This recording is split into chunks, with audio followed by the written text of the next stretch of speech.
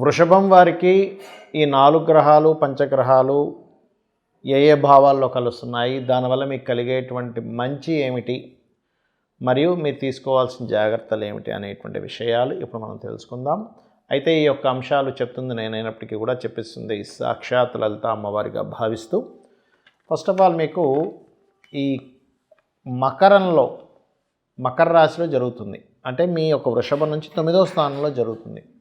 9వ స్థానంలో ఈ పంచగ్రహ కూటమి జరిగేటప్పుడు కలిగేటువంటి ఫలితాల్లో ప్రధానంగా ఇక్కడ పాజిటివ్ ఏమిటి అంటే ఏదైనా పెద్ద మొత్తంలో ధనం రావడానికి అనుకూలిస్తుంది.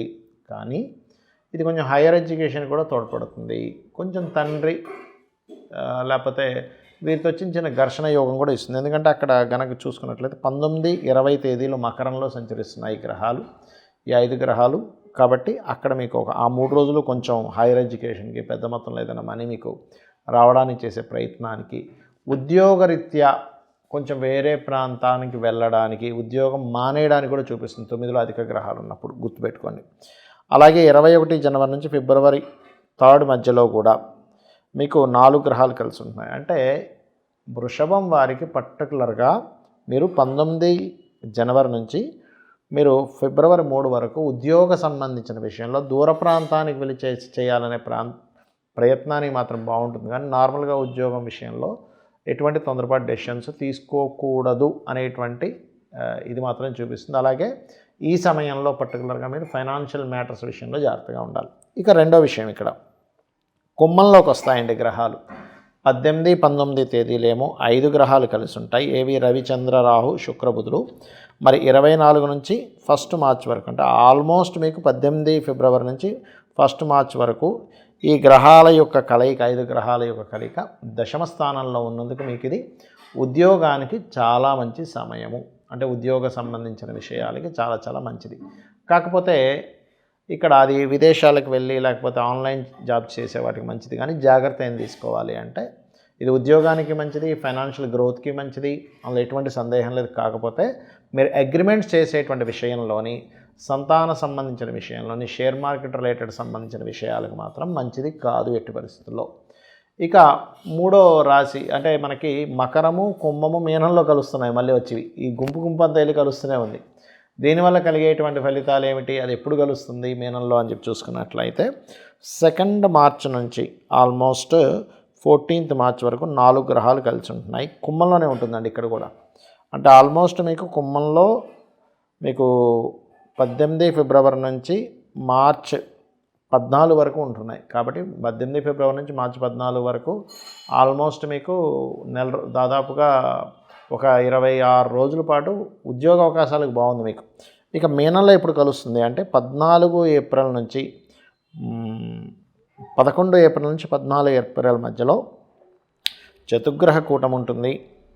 అంటే ఆల్మోస్ట్ ఒక 1 వీక్ దాని ఎఫెక్ట్ ఉంటుందండి. కాబట్టి ఆ 1 వీక్ కూడా మీకు వ్యాపార లాభాలకు అనుకూలిస్తుంది. కాకపోతే అక్కడ ఉండేటువంటి గ్రహాలు ప్రాపర్టీ తీసుకోవడానికి మాత్రం అనుకూలించటం లేదు. ఈ యొక్క విషయాన్ని గుర్తుపెట్టుకోండి. ఇక మీరు చేయవలసినటువంటి దేవతా ఆరాధన, విష్ణు ఆరాధన ఎక్కువగా చేయండి. ప్రాపర్టీస్ విషయంలో 4వ స్థానంలో కేతు ఉన్నాడు కాబట్టి ఈ యొక్క విషయాల పట్ల కాస్త జాగ్రత్త వహించండి. మరి దేశకాల పరిస్థితులు దీనికి ఎలా అనుకూలిస్తాయి? మరి జాతకం లేదండి, వారికి కూడా ఇది పనిచేస్తుంది అంటే ఖచ్చితంగా న్యాచురల్ మకర రాశిలో ఈ 5 గ్రహాలు వచ్చి చేరుతున్నాయి. మకరంలో, కుంభంలో, మీనంలో 4-5 గ్రహాలు మాటిమాటికి వచ్చి చేరుతున్నాయి. ఇది మిరాకిల్ అని చెప్పుకోవాలి. ఎప్పుడూ మనకి ఇంత విరివిగా కలవడం అనేటువంటి చాలా తక్కువ, అరుదుగా జరుగుతూ ఉంటుంది. అయితే మరి దేశకాల పరిస్థితుల్లో ముఖ్యంగా దీనివల్ల కలిగే ఫలితాలు ఏమిటంటే మనకు ఆల్రెడీ 2025 నవంబర్ నుంచే ఆల్మోస్ట్ అలాంటివి జరుగుతున్నాయి. అంటే అలాంటివి మనం చూస్తూ ఉన్నాం. బయట ఫ్లైట్లు ఆగిపోవడం ఆల్రెడీ మనం ప్రిడిక్ట్ చేసుకున్నాం. అమ్మవారి అనుగ్రహంతో ఫ్లైట్లు ఆగిపోవడం కానివ్వండి, అగ్ని ప్రమాదాలు కానివ్వండి, భూకంపాలు కానివ్వండి, మంచుతో కూడుకున్నటువంటి విషయాలు కానివ్వండి, ఇవన్నీ మనకు ఆల్రెడీ జరుగుతూనే ఉన్నాయి. అయితే దీనివల్ల ఏమిటంటే కొన్ని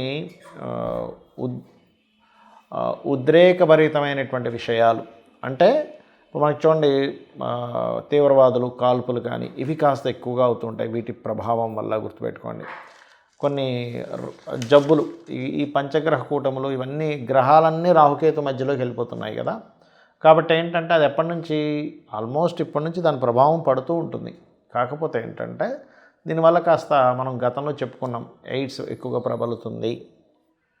మరియు అదేవిధంగా గమనించినట్లయితే దాని మూలంగా కొంతమంది కాల్పుల మూలంగా అనుకోండి, కొన్ని సరిహద్దుల దగ్గర ఉండే వాళ్ళ మూలంగా అనుకోండి, కొన్ని భూకంపాల మూలంగా అనుకోండి, లేకపోతే ప్రకృతి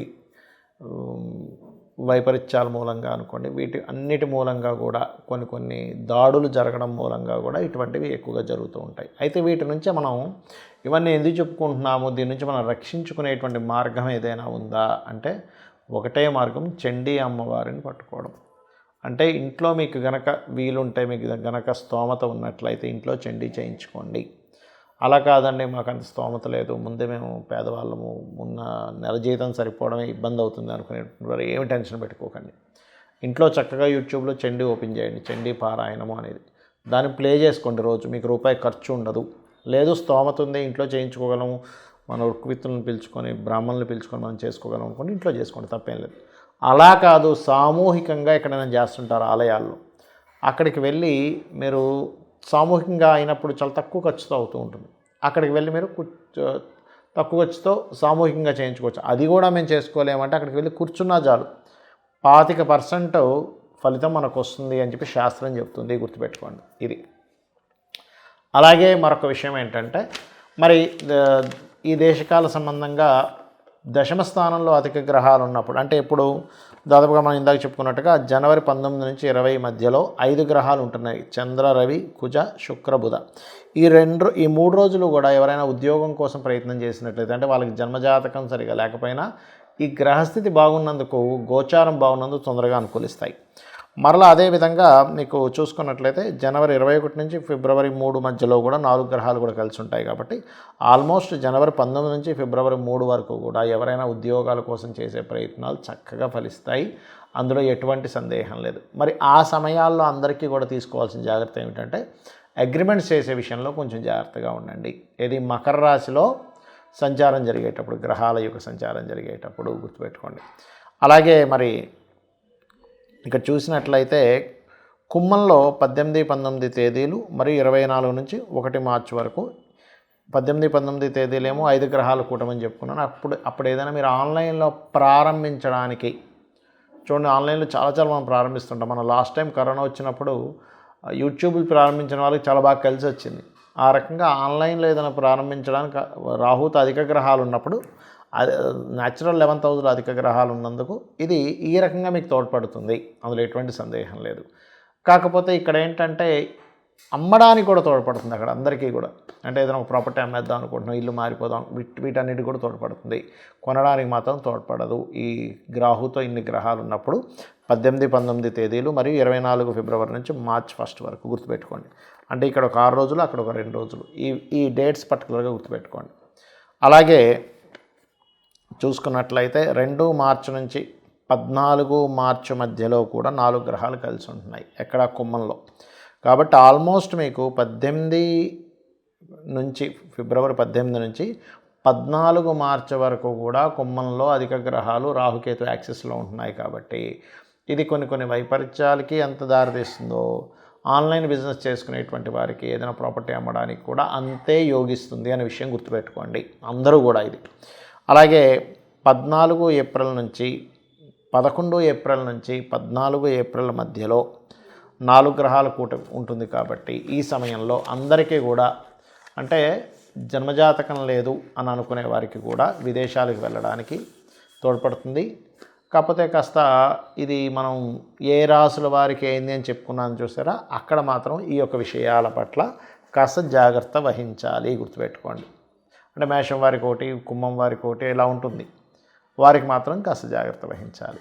ఇక మీరు అందరూ కూడా ఒకటే, మీకు నవగ్రహాలు ఉన్నాయి మీకు దగ్గరలో, ఆలయాలు అది ఉంటే కనుక నవగ్రహాల దగ్గరికి వెళ్ళి శని, రాహు, కుజ, కేతు, గురు గ్రహాల దగ్గర దీపారాధన చేయండి. వీలైతే నవగ్రహాల దగ్గర దీపారాధన చేసేసేయండి.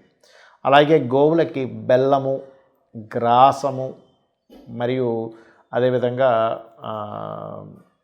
క్యారెట్స్ ఇటువంటివి తినిపించండి, అన్ని విధాలా బాగుంటుంది. కాస్త అంటు రోగాలకి లేకపోతే గాలి, ధూళి ఇటువంటి వాటి వల్ల వచ్చే ఇబ్బందులు ఉంటాయి. కాబట్టి ప్రధానంగా బయటికి వెళ్ళేటప్పుడు మీ ఇష్టదైవాన్ని తలుచుకొని మీరు బయటికి వెళ్ళండి. అలా గనక చేసినట్లయితే అన్ని విధాల మీకు బాగుంటుంది. శ్రీమాత్రే నమః.